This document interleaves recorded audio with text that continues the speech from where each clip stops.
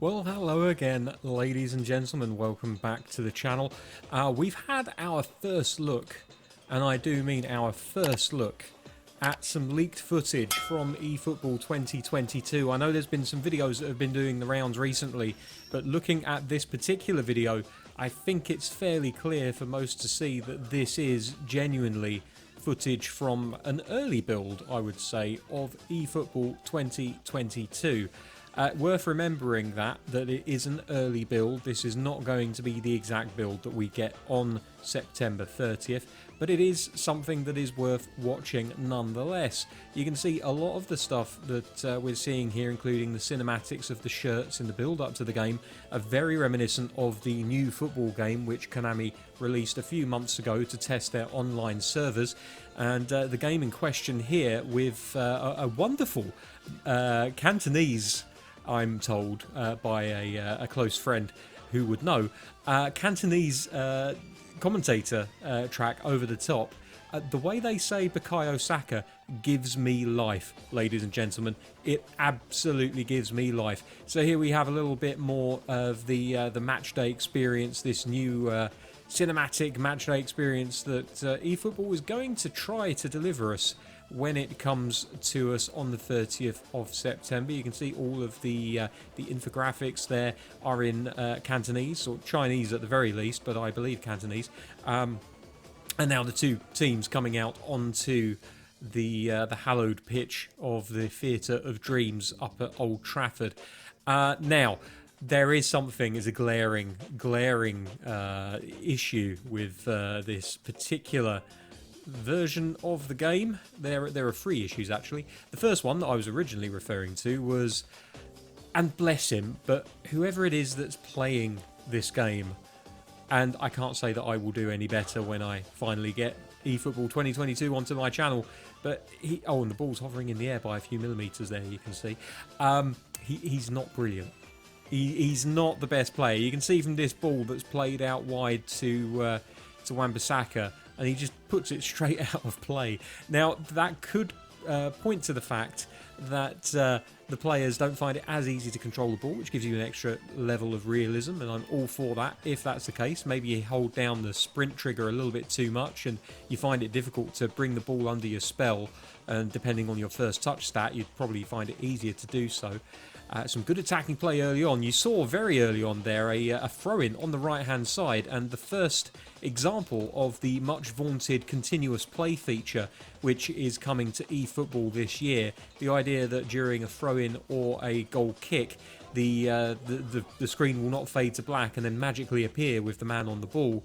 You'll actually see an animation of the player picking the ball up, going to the touchline, throwing it in, or the goalkeeper spinning the ball out. We actually have an example of that later on in this video of, I think it's David De Gea spinning the ball out with perfect control to the very, very edge of the 6-yard box and managing to hoof it up the field. It's going to take some getting used to, but I think that it's probably a much more fluid and better way of doing things. I did mention in a previous video that for those of us that enjoy playing quick counter-attacking football, it's a massive boon because you may be able to get the ball away before the opposition have reset, which, you know, that's every counter-attacking manager's dream, surely. Now, getting back to the action here, you can see it's a bit of a scrappy game between Arsenal and Manchester United. We've got Nicola Pepe down the right-hand side here and tries to cut inside, but the defender, I think it was Shaw, manages to win the ball off of him, and immediately the ball is surrendered back to Arsenal with Smith Rowe out to Nicola Pepe. Through ball into Callum Chambers. Can he find one of his crosses? No. And this is something that I noticed with this gameplay, is that at least the Arsenal team that is playing against this guy here, and it's the AI that's controlling it, by the way, as Nicola Pepe nearly ghosts in there, they don't like crossing the ball much. They really don't like crossing the ball, and that could be because their play style dictates that they don't cross it in from wide areas, and that it was certainly the way of things with Arsenal before Mikel Arteta turned up at the club. But since Arteta has been at the club, certainly, we have done a little bit. There's a chance here, takes the shot, and it's just blocked. It's certainly the case now that we don't play like that, where we get it out on the wing and then we cut inside. Now we do load the ball into the box, so I wonder if that's maybe an issue with the tactics that have been set up for Arsenal. But we see a yellow card here. Shaw was a little bit too beefy in his challenge, and Nicola Pepe winning the free kick and getting his fellow professional a yellow card.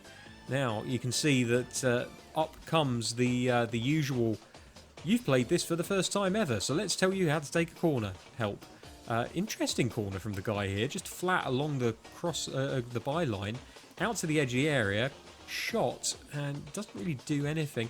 There's some nice meaty sounds coming from the ball being kicked here. It's a definite thudding noise as a free kick is given away by Nicola Pepe there on Paul Pogba.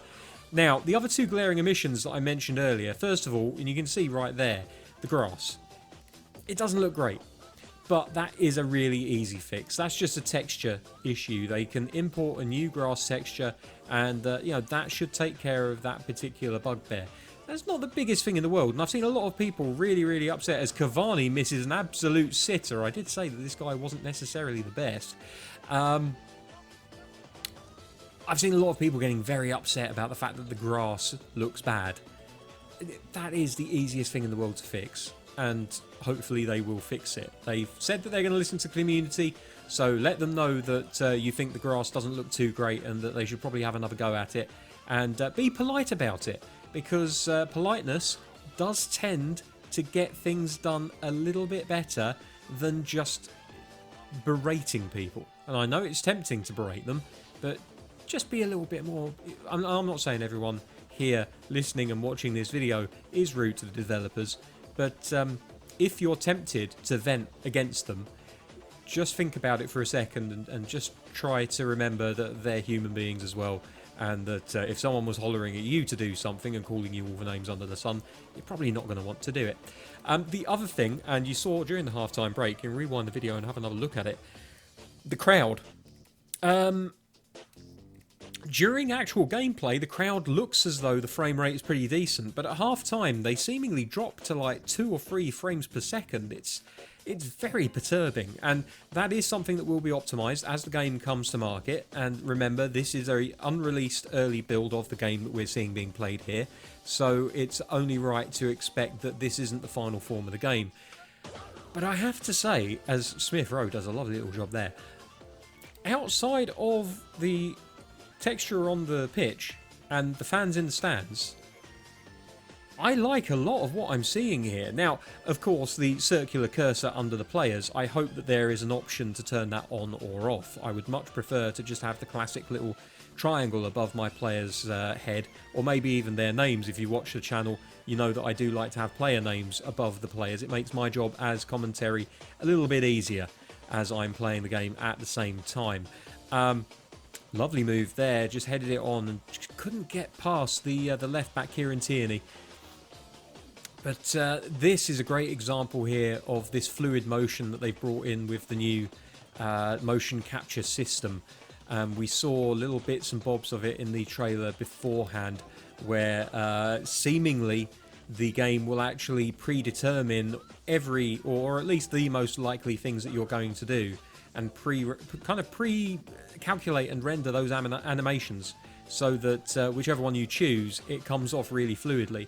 Now that's exciting technology for anyone that enjoys a really fluid looking football game, and it will result in a faster paced, more responsive game as well, because you're essentially picking from a range of parameters that have already been rendered, so it's not going to look choppy and it's not going to slow the game down. Lovely tackle there from the Arsenal. Now, shadows on the pitch, beautiful, love them. There are a lot of people were having a real go last time when New Football Game was out, saying, where are the shadows? And, well, you know, maybe they hadn't done the job yet of the lighting with the shadows, or maybe it was in a stadium at night with, with spotlights all around, and so there weren't really any big shadows to be seen. Now we'll see another example of the constant play with the throw-in here. Oh no, we won't, because there's a substitution. Well, that's ruined it. But normally you would see the throw-in being taken straight away. Substitution does, of course, change things a little bit there. But I'm liking what I'm seeing. The blue and the yellow colour scheme, I'm still not 100% sold on it. I think that is something that the modding community, especially on PC, is going to do us a massive favour with getting rid of.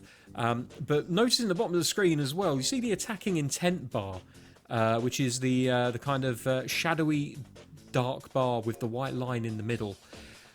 It no longer has, I don't think, stages, like little coloured buttons that go up and down. It seems as though the white line is the centre point for a balanced mentality. And then depending on whether you'll want to be really attacking or really defensive, it seems as though a bar will go up or down from that white line. Now, it's a tiny little change. It's literally got nothing to do with gameplay. It's just a nice little visual which they've changed, and I like it. I think it's a decent addition to the game, just to freshen things up and make the interface different again, because we've been playing the same game for many years now and it did need refreshing.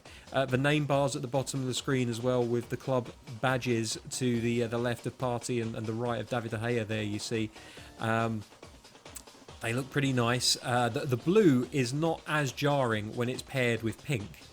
I think it's the yellow that does it. And blue and yellow, for anyone that did GCSE art, they are opposite colours on the colour wheel, and therefore they work very well together. But there we go. That's the end of the gameplay, and pretty much the end of the video. So I'm pretty happy with what I've seen of this leaked gameplay. I'm hoping that we see a little bit more before September 30th, and we maybe hear a little bit more about Master League and their plans for that, because I am, of course, an offline gamer more than an online one. But until then, that's going to do for this episode. Take care. I'll see you next time. Bye-bye.